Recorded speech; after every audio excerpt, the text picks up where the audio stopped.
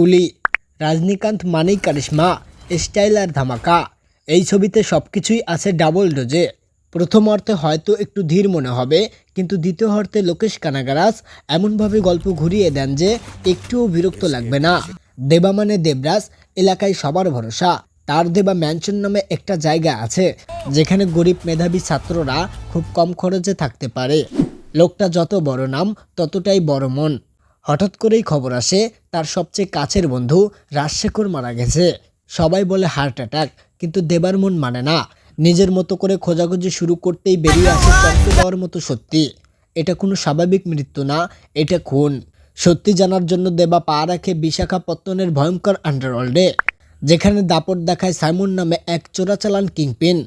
কিন্তু যত এগোয় ততই দেবা নিজের অতীতে লুকানো কাহিনী আর পুরনো শত্রুদের মুখোমুখি হতে থাকে। কুলি, রজনীকান্ত ভক্তদের জন্য একেবারে ফেস্টিভ্যাল মুভি। পুরনো দিনের ম্যাজিক, নতুন ধামাকা আর সুপারস্টারের স্টাইল, সব মিলিয়ে এটা এক হাই ভোল্টেজ মজা।